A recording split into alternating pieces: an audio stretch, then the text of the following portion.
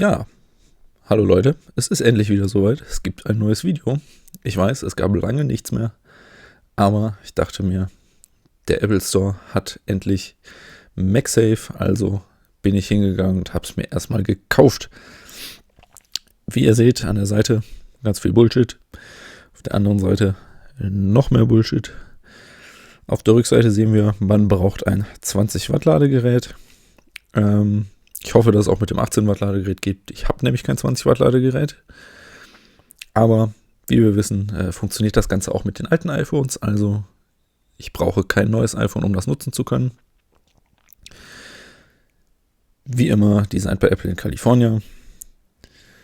Dann sieht man wunderschön aufgerollt, wie es nur Apple kann. Oder so.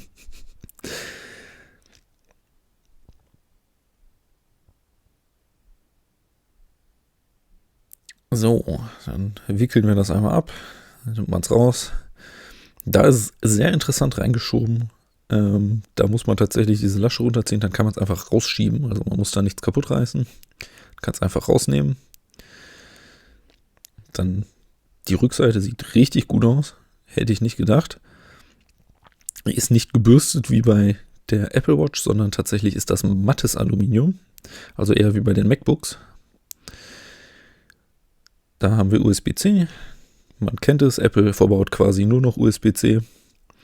Und das wäre es eigentlich auch erstmal schon. So, dann testen wir noch einmal schnell, ob es auch mit den alten iPhones funktioniert. Man sieht, es lädt. Ganz wunderbar. Ja, wenn man es zu schnell wegnimmt, dann natürlich nicht. Ja, ein bisschen wartet, dann oben in der Ecke hat man es gesehen. Lädt es auch wieder. Wenn man es zu schnell macht, dann kriegt das iPhone gar nicht mit, dass es runtergenommen wurde. Aber wenn man ein bisschen wartet, dann funktioniert das Ganze auch. Vielleicht. Ja, das war's mit dem Video. Viel mehr gibt es hier eigentlich gar nicht zu zeigen. Vielen Dank fürs Zuschauen und bis zum nächsten Mal. Tschüss.